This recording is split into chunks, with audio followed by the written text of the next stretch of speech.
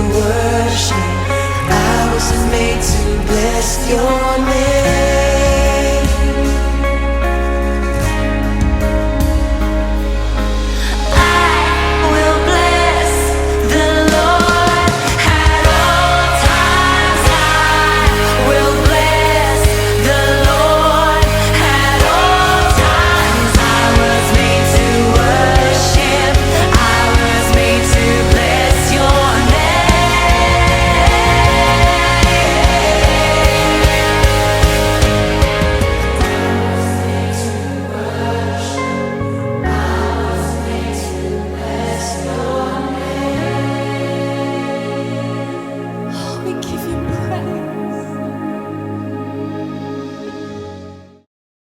아는 사람은 이제 많이 아시겠지만 제가 20대 중반 딱 여러분들의 나이 때 제가 클럽 밴드에서 연주를 했어요. 연주하면서 공연 기획하는 일을 했었거든요. 그땐 여러분들이 상상할 수 없을 만큼 방탕한 하루하루를 보냈던 것 같습니다. 제 생각에 이때를 어저께 말씀을 준비하면서 잠깐 회상해 봤는데 허브대학부에서 가장 방탕한 사람을 데려다가 갖다 놔도 그보다는 그때 저보단 덜 방탕하겠다라는 생각이 들 정도로 차마 여기서 제 입으로 이야기하면 여러분들이 제 설교를 듣지 않을 것만큼 방탕한 하루하루를 살았던 것 같아요. 그러다가 그렇게 내일이 없는 하루하루를 살다가 이렇게 사는 것이 과연 옳을까라는 의문을 갖게 되고 그 의문 가운데 하나님의 사랑에 대해서 다시 한번 묵상하게 되면서 선교에 대한 부르심을 받게 됩니다. 그리고 회심해서 오늘 이 자리까지 이르게 되었는데요. 그 회심했을 때 제가 모든 걸 한 번에 내려놨어요. 회사도 내려놓고 밴드도 내려놓고 나는 오늘부터 이 회사에서 일하지 않겠다, 더 이상 음악하지 않겠다 딱 내려놓고 모든 관계도 딱 끊고서 말씀에 집중했었던 그런 기억이 납니다. 그리고서 신학을 시작했고 신학교에 갔고 전도사를 시작했어요. 근데 그 당시 저와 함께 밴드에 썼던 친구가 있는데 이 친구는 그래도 크리스찬이었거든요. 이 친구가 이제 결혼을 한다는 얘기가 들렸는데 이 친구가 저한테 전화를 해서 제가 이제 그 친구 저를 조나라고 부르고 미국인 친구라서 조나 내가 결혼하는데 와서 기도를 좀 해달라는 거예요. 그래서 이제 친한 친구니까 그래도 또 전도사였으니까 기도해 주겠다라고 하고서 결혼식 날이 갔는데 과거에 저와 함께 일했던 사람들이 거기 다 모여 있는 거예요. 그래도 오랜만에 만났으니까 반갑게 인사를 하고 자리에 앉아서 결혼식이 쭉 진행되는데 결혼식 기도 딱 하는데 그때 오늘리교회 목사님이 그 주례를 하셨거든요. 오늘리교회 목사님이 기도회는 오늘리교회에서 사역하는 최성민 전도사님께서 기도해 주시겠습니다. 딱 이렇게 말씀하니까 사람들이 정말로 들릴 정도로 수근거리기 시작하는 거예요. 제가 전도사였어? 어쩌다가 저런 일을 하고 있는 거야? 저 양아치가 전도사야? 막 이런 얘기가 제 앞에 서 있는데 막 들리는 거죠. 제가 정말로 너무나 수치스러워서 기도를 할 수 있을까라는 생각이 들 정도로 힘들었던 시간이었습니다. 어쨌든 기도문은 써갔으니까 앞에 올라가서 열심히 기도문을 읽고 너무 수치스러워서 결혼식이 끝나자마자 식사도 안 하고 집으로 돌아갔어요. 집에 가는 차 안에서 너무 부끄럽고 수치스럽고 과거가 너무 정말 어디로 숨고 싶다 이런 생각이 들어서 힘들어하고 있을 때 하나님께서 이런 음성을 들려주시는 것 같더라고요. 수치스러워하지 마라. 나는 너를 통해서 그게 기적이라는 것을 보여주길 원한다. 어저께까지 양아치였던 너를 변화시켜 사양하는 나를 너가 간증하는 것이다 라고 말씀해 주시는 것 같았어요.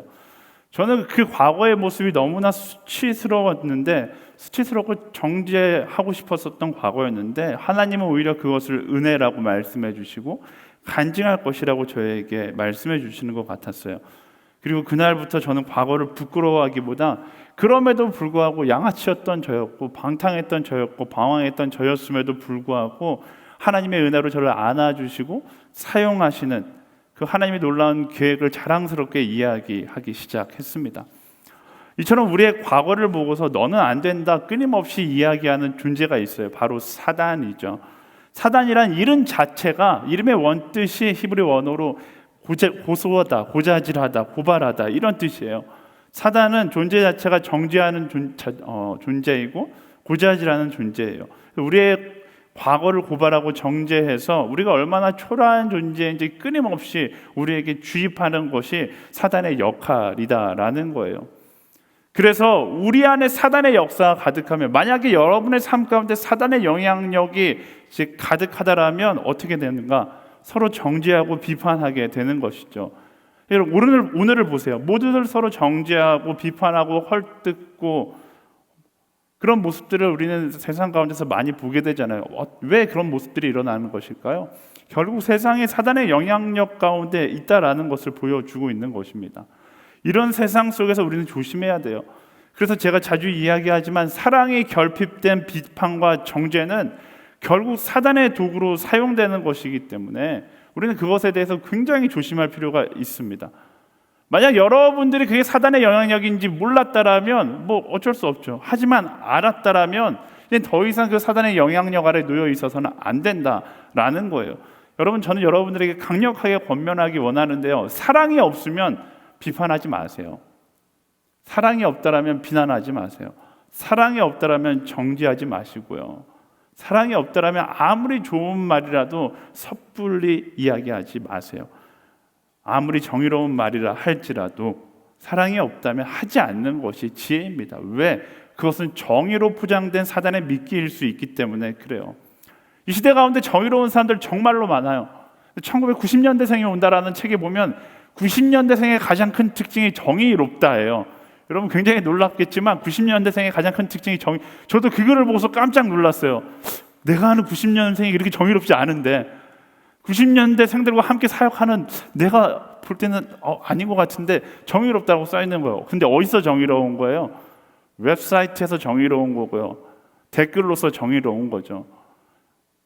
세상의 불법과 세상의 잘못 돌아가는 모습들을 용납하지 못하고 끊임없이 표출하는 세대가 90년도 세대라고 이야기합니다. 하지만 그 가운데 사랑이 없다라면 나는 정의롭다라는 그 만족감에 취해서 사단의 노예로 살아가고 있는 우리의 모습이 될 수 있다라는 것입니다. 이렇게 되다 보면 어떻게 될까요? 정의를 외치면서 끊임없이 비판하고 비난하고 정죄하고 수많은 댓글을 달다 보면 어느새 사랑은 사라지고 사단의 영향력만 남은 세상이 될 수밖에 없는 거예요.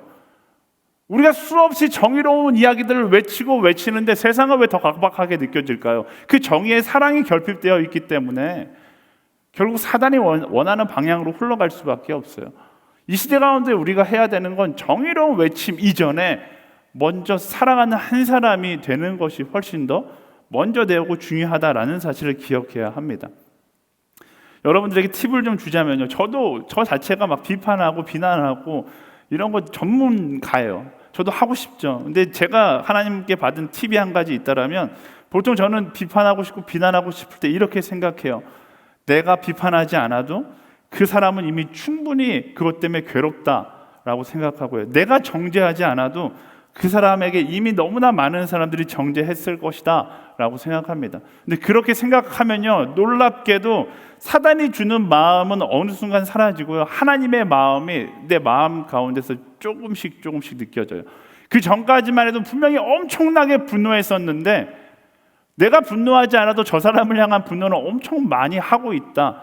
내가 저 사람에게 잔소리하지 않아도 저 사람 이미 수없이 많은 잔소리를 들었다라고 생각하고 그 사람을 바라보면 그 전까지 보였던 분노는 사라지고 하나님께서 이 사람을 지금 어떻게 바라보고 있는지가 조금씩 느껴진다라는 것입니다.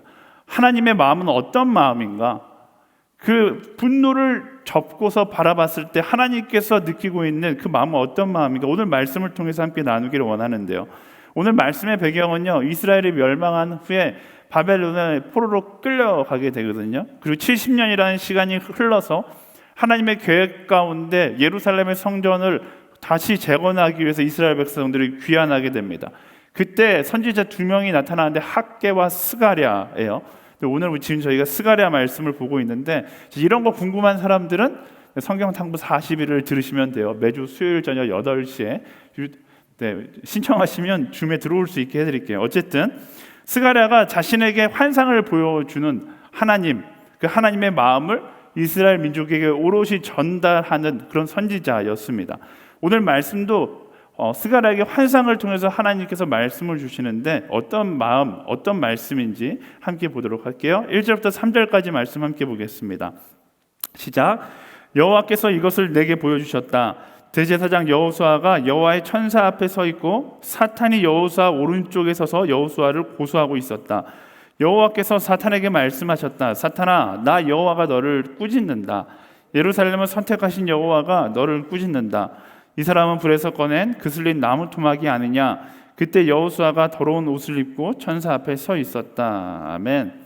스가랴가 보게 된 환상의 내용은요, 당시 이스라엘 대제사장이었던 여호수아에 대한 이야기였습니다.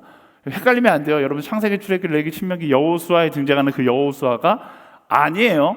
간혹 가다가 성경에 막 헷갈려갖고 이 여호수아, 그 여호수아, 그 여호수아, 이 여호수아라고 생각하는데 시대적으로 엄청난 차이가 있습니다. 이름이 같을 뿐 전혀 다른 사람이에요.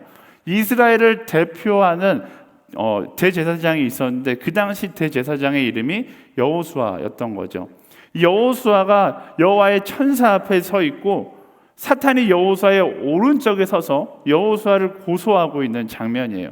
사단은 고소하는 자, 고자질하는 자, 일종의 재판장의 모습인 것이, 이 재판장의 검사는 그 사단인 것이죠. 죄인은 여호수아. 그래서 사단이 끊임없이 여호수아의 모습을 보고서 고자질하기 시작합니다. 이 사람은 너무 더러운 사람입니다. 오늘 말씀에 보면 더러운 옷을 그가 입고 있었다라고 표현합니다. 제사장 선지자, 그가 더러운 옷을 입고 있었다라는 것은 무엇을 의미하냐면 선지자라는 직분 자체가 제사장이라는 직분 자체가 사람의 마음을 하나님께 전달하는 직분이었거든요. 그런데 그가 더러운 옷을 입고 있었다라는 것은 이스라엘이 얼마나 타락했는가를 보여주는 상징적인 모습인 거예요.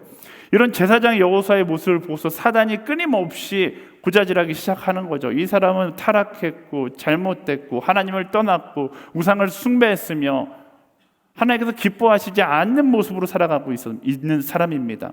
다시 말하면 하나님 당신이 사랑하는 민족 이스라엘, 이미 멸망했던 이스라엘 민족, 그들은 초라하기 짝이 없고 죄로 가득한 민족입니다 라고 정죄를 하고 있는 거예요. 그래서 하나님 보십시오, 이들이 이렇게 더러운 과거를 가지고 있습니다. 이렇게 타락했습니다. 이들이 무슨 예루살렘을 성전을 재건합니까? 이들은 성전을 재건할 수 있는 존재가 아니라 심판받아야 마땅한 존재입니다 라고 이야기하고 있는 것이죠. 근데 이렇게 이야기하고 있을 때 여호수아는 아무 말도 하지 못한 채 고개를 숙이고 있는 거예요. 왜? 그 말이 다 맞으니까, 사실이니까. 그런데 이 장면에서 반전이 일어나요. 제사장을 향한 재판장 하나님의 반응이 완전 반전인 거죠. 사단은 그것을 고발했는데 오히려 하나님은 사단을 꾸짖으시며 대제사장 여호수아를 변호하기 시작합니다. 그리고 더러운 옷을 입고 있는 여호수아를 향해서 불에서 꺼낸 그슬린 나무 토막이다 라고 이야기해요. 불에서 꺼낸 그슬린 나무 토막. 이 단어 하나에서 하나님의 마음을 볼 수 있어요. 사단은 그를 보면서 더러운 죄인이라고 보지만 하나님은 그를 보면서 불에서 꺼낸 그슬린 나무 토막이라고 보는 거예요. 죄인 여호수아가 아니라 고난과 시련을 통과하다 상처 입은 안타까운 한 사람으로 보시는 거죠. 사단은 그가 심판받아 마땅한 죄인이라고 봤지만 하나님은 그를 죄인이라고 보기 이전에 긍휼과 사랑이 필요한 한 사람으로 보고 있다라는 거예요. 물론 그가 죄가 없다라는 것은 아닙니다. 하지만 그가 하나님의 자녀인 이상 하나님은 자녀를 향한 긍휼과 사랑의 시선으로 그를 바라보고 있는 거예요. 하나님에겐 있고 사단에게는 없는 것이 있는데 그게 바로 사랑이라는 거죠. 예전에도 한번 나누었던 적이 있는데 2012년도 여름 아울리치 저는 니제르로 갔다 왔거든요. 그 당시 여기 설교하셨던 박신우 목사님이셨는데 제가 이제 서브 교육자, 제가 찬양 인도자였어요 그때. 박신우 목사님이 이천 선교 가서 이번 선교 아울리치 중에 가장 힘든 지역이 어디입니까? 그랬더니 니제르라고 말씀하고 제가 니제르에 가겠습니다. 이렇게 해서 니제르 비행기표 다 샀는데 이제 출국하기 한 달 남겨놓고 미국으로 전출 가셨어요. 그래서 제가 덕분에 제가 가장 힘들었던 니제르를 갔던 기억이 납니다.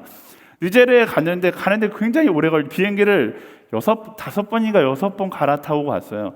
가서 다른 건 다 괜찮은데 아이들이랑 놀 때가 조금 힘든 거예요. 이거는 니제르는 아프리카에서도 못 사는 나라 중에 못 사는 나라거든요.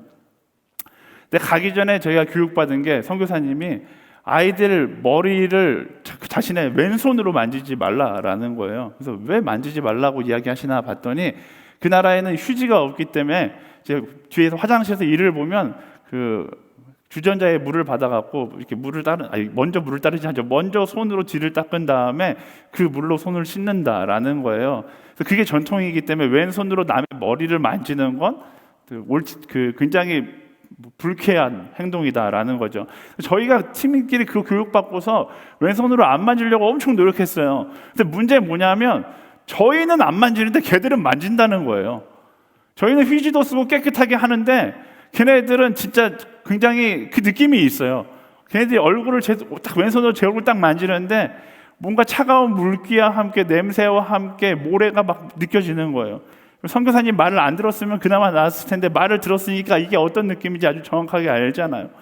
막 애들이 처음엔 볼을 만지고 우리가 이제 피부가 하얘니까 신기하니까 막 계속 만지다가 입에도 손도 넣어보고 막 이러는 거예요.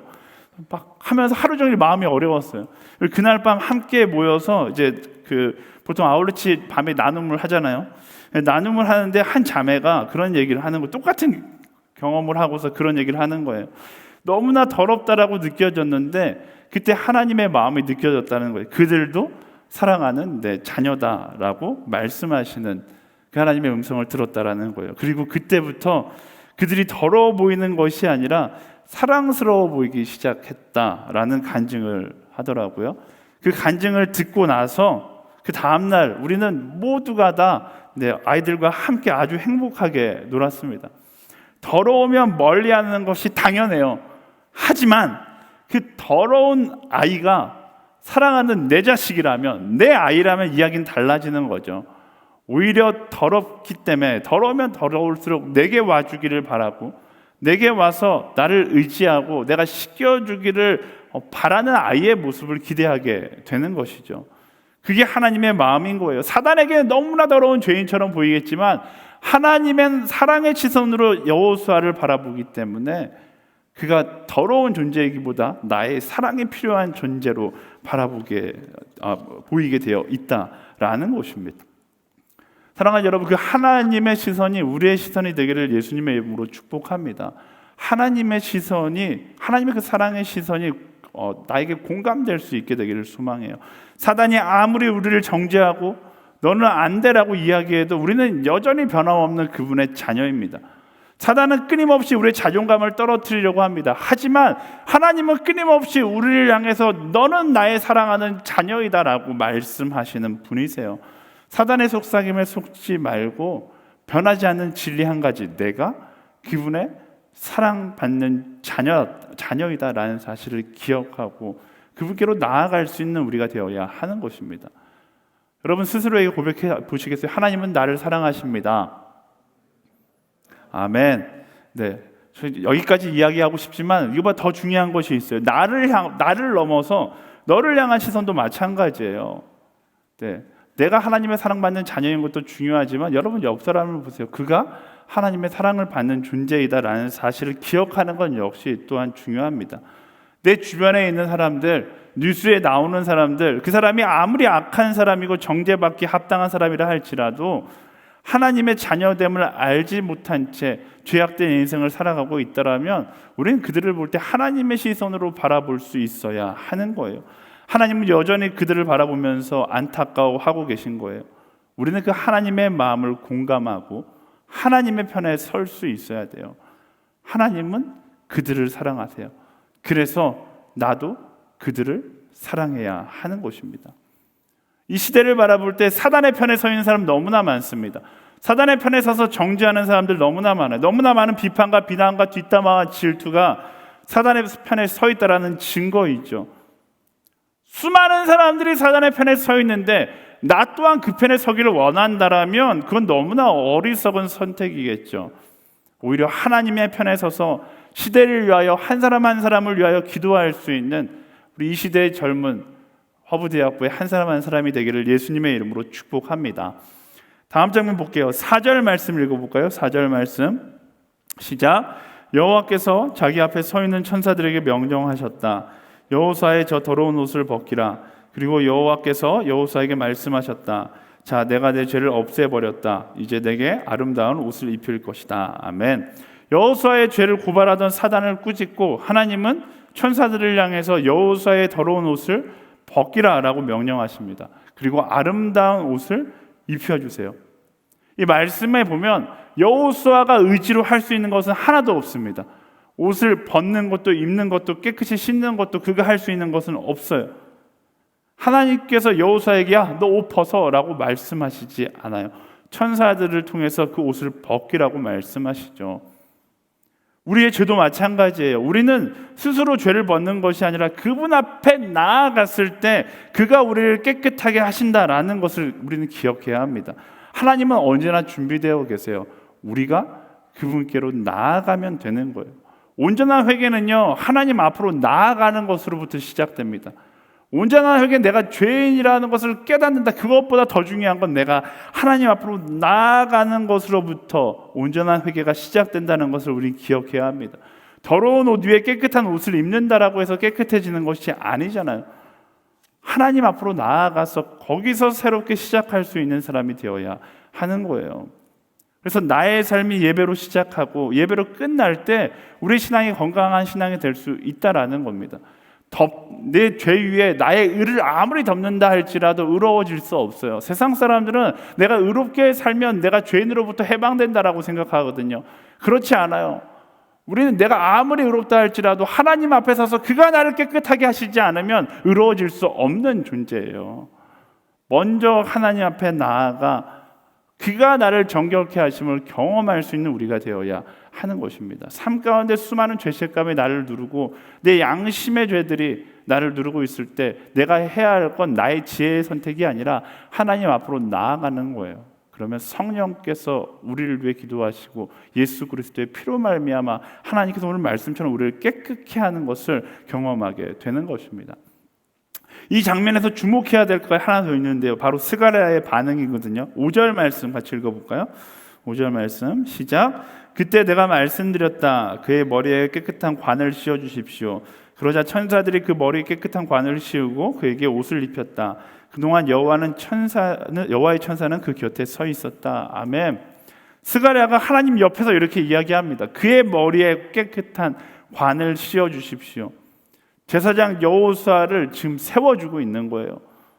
선지자 스가랴가 제사장 여호수아를 세워주고 있는 거예요. 사실 이 두 부류 선지자와 제사장은 모르겠어요. 정확하게는 알 수 없지만 굉장히 민감한 사이거든요. 선지자는 하나님의 뜻을 사람들에게 전달하는 사람이고 제사장은 사람들의 뜻을 하나님께 전달하는 사람이에요. 그러니까 둘 사이에서 미묘한 감정이 느껴져 있을 텐데 그럼에도 불구하고 스가랴는 제사장 여호수아를 위해서 중보하고 기도하고 있습니다. 스가랴의 모습에 질투나 시기는 없습니다. 오직 한 가지, 내가 제사장 여호수아를 살려야겠다, 하나님 앞에서 그를 온전하게 만들어야겠다는 것에 최선을 다하는 것이죠. 왜? 여호수아를 사랑하기 때문에. 하나님의 마음을 공감하고 있었던 스가랴는 여호수아가 거기서 높아지는 것이 그의 기쁨이고 그의 사명이기 때문에 지금 이렇게 그의 머리에 깨끗한 관을 씌워달라고 이야기하고 있는 것입니다. 저는 이 스가랴의 모습을 묵상하면서 이게 오늘날 우리의 사명이라고 저는 확신했어요. 모두가 다 여호수아를 향해 손가락질하고 정죄한다 할지라도 마지막까지 그를 살리기 위해서 최선을 다하는 것, 그게 우리의 사명인 것이죠. 이 시대 가운데 스가랴 같은 사람들이 너무나 필요합니다. 다 서로 죽이려고 하거든요. 왜? 그를 죽여야 내가 높아지니까. 하지만 스가랴 같이 죽이려는 사람이 아니라, 저 사람을 누르려는 사람이 아니라 살리려는 한 사람이 너무나 필요한 시대 가운데 우리는 살고 있어요. 교회가 그 역할을 감당해야 되는 것이고 하나님의 사람들이라고 일컬음 받는 그리스도인들이 그 길을 걸어갈 수 있어야 하는 것이죠. 여러분 스스로에게 질문해 보세요. 여러분은 사람을 살리는 하루하루를 살아가고 있습니까? 아니면 사람을 죽이는 하루하루를 살아가고 있습니까? 하나님 앞에서 누군가를 세우는 하루를 살고 있어요? 아니면 누군가를 낮추는 하루를 살고 있어요? 이것도 팁을 드리자면요, 여러분의 기도 생활이 바뀌어야 돼요. 나를 위해 기도하기보다 누군가를 위해 기도하는 습관을 갖게 되길 바랍니다. 나를 위한 기도가 1이라면 누군가를 위하는 기도가 9가 되길 바라요. 그러면 여러분의 영혼의 컨디션이 변화되기 시작할 겁니다. 기도의 대상이 이기적이 되면 내 삶 자체가 이기적인 방향으로 흘러가게 돼 있거든요. 하지만 나의 기도의 방향이 이타적이 되면 내 영혼이 하나님을 닮아가고 예수님을 닮아가고 그로 인하여 내 영혼의 건강해짐을 경험하게 되는 것입니다. 나를 위해 살아가는 것이 아니라 나를 사용하여 하나님께서 사랑하는 한 영혼 한 영혼을 살리는 인생을 살아갈 때 우리 영혼은 그때 비로소 참된 건강을 회복하게 된다라는 것을 여러분들이 기억하고 그 사명자의 길을 걸어갈 수 있게 되기를 소망합니다. 마지막으로 6절과 7절 말씀 함께 읽어볼까요? 6절과 7절 시작. 여호와의 천사가 여호수아에게 말했다. 만군의 여호와께서 이렇게 말씀하신다. 만약 네가 내 길로 행하고 내 명령을 지키면 내가 내 집을 다스릴 것이며 또 내 뜰을 돌볼 것이다. 그러고 너는 여기서 섬기는 천사들 가운데 자유롭게 다닐 수 있다. 아멘. 하나님은 더러워질 대로 더러워진 대제사장 여호수아를 사랑의 마음으로 거두고 씻기셨어요. 그리고 그가 다시 새롭게 일어날 기회를 허락하시죠. 기회를 허락하시는 분, 하나님은 그런 분이세요. 우리가 어떤 상황에 있다 할지라도 하나님은 우리를 회복시키고 다시금 기회를 허락하시는 분이세요. 내가 생각하기에 나의 인생이 절망적이고 끝났다라고 생각할지라도 하나님은 절대로 우리를 포기하지 않고 그분 앞으로 나오라고 말씀하시고 나왔을 때 우리를 회복시키시며 말씀에 기록한 것처럼 기회를 허락하시는 분이세요. 그런데 우리가 그 사랑의 기회 앞에 기억해야 될 것이 한 가지 있는데, 하나님은 우리를 너무나 사랑하시지만 우리가 다시 똑같이 죄 가운데로 나가는 것을 기뻐하지 않으세요. 여러분의 부모님이 여러분들이 공부 못하는 거 여러분들 너무나 사랑하지만 여러분들이 망나니 인생을 살아가는 것을 기뻐하지 않으시는 것과 똑같은 이치예요. 그래서 하나님께서 뭐라고 말씀하십니까? 여호수아야, 내 길로 행하고 내 명령을 지키며 살면 안 되겠니? 라고 말씀하시는 것이죠. 많은 사람들이 하나님의 사랑에 대해 오해합니다. 그래서 그 은혜 앞에서 새롭게 주어진 인생을 어떻게 살아가요? 다시 이전과 똑같은 모습으로 살아가요. 그러다가 죄악으로 오염되면 무슨 생각을 하냐면 빨리 여름 수련회가 와야 되는데, 빨리 여름 아울리치가 와야 되는데, 이번 여름 수련을 통하여서 내가 다시 거룩해져야 되는데, 지금 여러분 마음 가운데 걱정되시는 분들이 있어요. 코로나 사태로 인하여서 이번 여름에 수련회를 못하게 되면, 이번 여름에 아울리치를 못하게 되면 내 삶은 어떻게 거룩해지지? 라고 생각하는 어리석은 생각을 가지고 살아가는 사람들이 있어요. 그렇지 않아요. 하나님께서는 그것을 원하시는 게 아니에요. 하나님을 재활센터로 취급하면 안 되는 거예요. 하나님은 우리가 죄 가운데 거하고 있어도 여전히 우리를 사랑하시는 분이긴 하지만 우리가 죄 가운데 거하는 것을 기뻐하시지 않는다라는 거예요.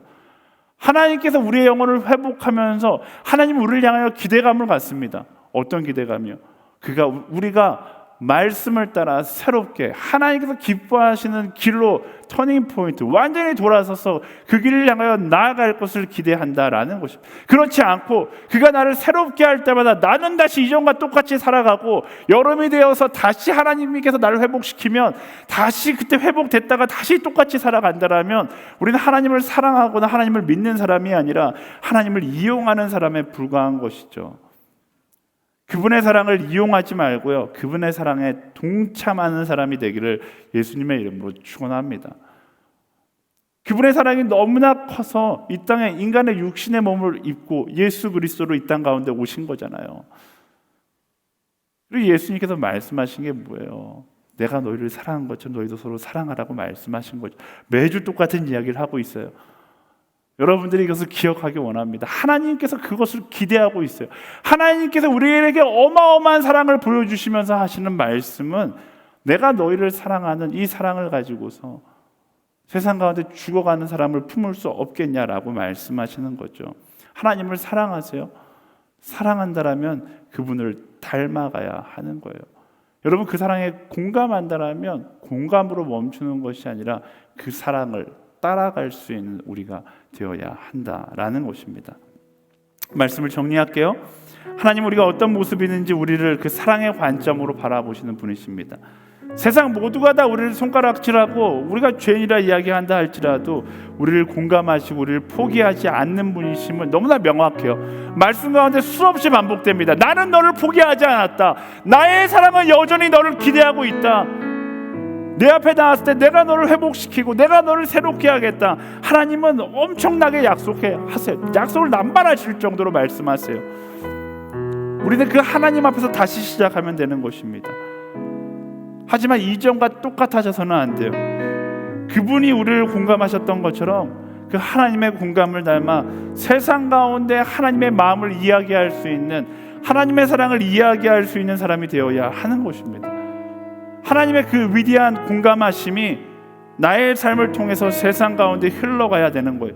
우리를 통해서 세상에 하나님의 사랑을 채우고 하나님의 공감이 세상 가운데 넘쳐날 수 있도록 하는 것, 그게 하나님께서 우리를 창조하신 이유고 우리를 품으신 이유며 우리를 오늘 가운데 세우신 것이죠.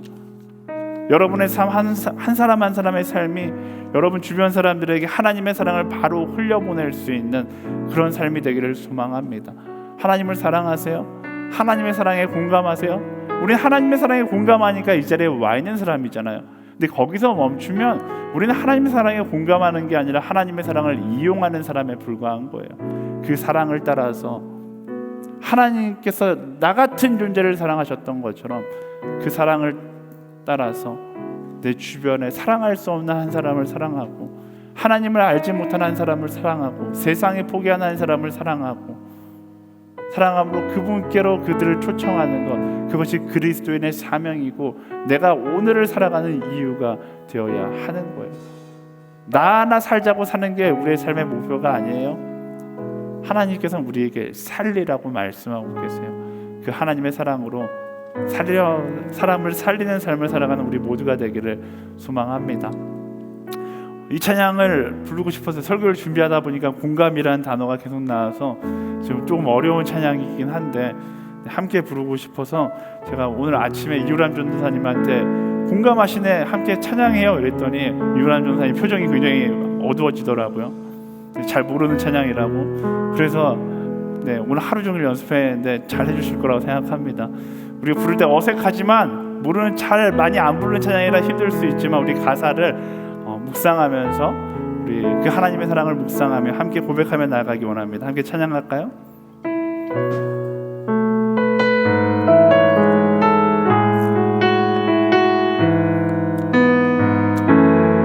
네, 우리 1절은 이유란 전도사님의 찬양을 한번 들으면서 묵상해 봅시다. 혼자서만 세상을 사는 듯이 주가 멀어 보이기만 할 때 우리는 바라보아야 하네. 우리에게 오셨던 그 주님을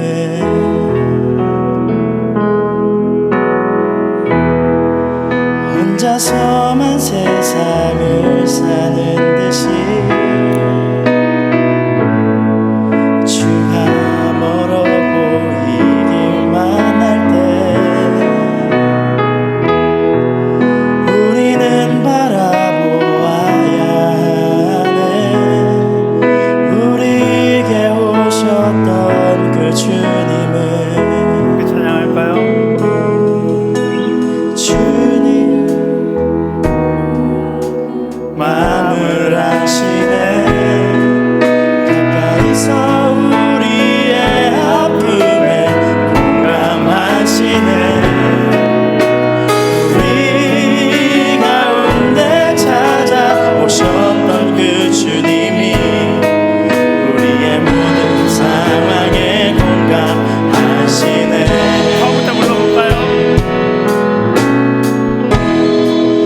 혼자서만 세상을 사는 듯이 주가 멀리 보이기만 할 때 우리는 바라보아야 하네. 우리에게 오셨던 그 주님을, 주님이 우리의 아픈 마음을 아시네. 주님이 우리의 아픈 마음을 아시네. 가까이서 우리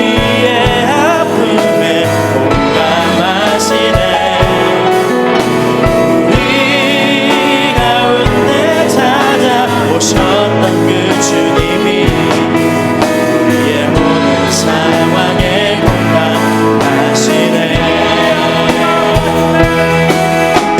주님이 우리의 아픔만을 아시네. 가까이서 우리의 아픔에 공감하시네. 우리 가운데 찾아오셨던 그 주님이 우리의 모든 상황에 공감하시네. 우리 시간 두 눈을 감고서 그 하나님의 사랑에, 공감하시는 하나님의 사랑에 우리가 공감하며 나아가길 원합니다. 하나님, 나를 사랑하시는 그 하나님의 사랑이 얼마나 큰지 우리가 완전히 느낄 수는 없지만 조금씩 알아가고 있습니다. 그리고 알아갔다라면 나를 공감하셨던 그 사랑을 따라서, 너무나 나를 공감하셔서 이 땅에 오셨던 그 예수님을 따라서 세상 가운데 사랑하며 살아가는 내가 되게 하여 주시옵소서. 그렇게 살아가겠습니다. 우리 그렇게 하나님께 함께 고백하며 함께 기도하며 나아가겠습니다.